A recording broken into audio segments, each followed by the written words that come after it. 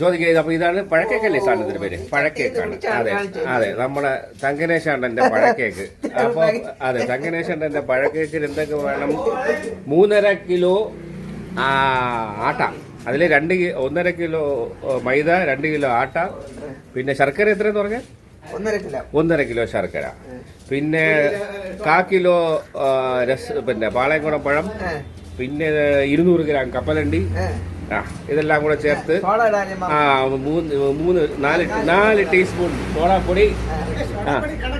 അതെ അതെ 4 ടീസ്പൂൺ, അത് 4 ടീസ്പൂൺ അതെല്ലാം കൂടെ ചേർത്ത് പിന്നെ ഒന്ന് പൊടിച്ചിട്ട് നമ്മളെ മാവിൽ കൂടെ കുഴച്ചെടുക്കണം.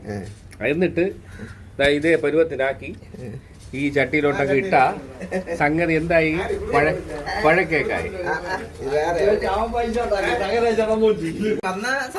1 മണിക്കൂറോ അല്ലേ?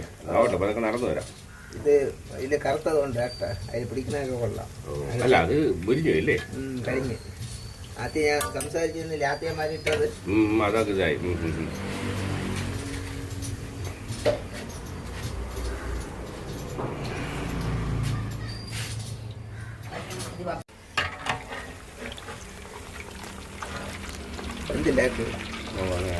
അത് എണ്ണ ചൂടായി, തീ കൂടിപ്പോയി.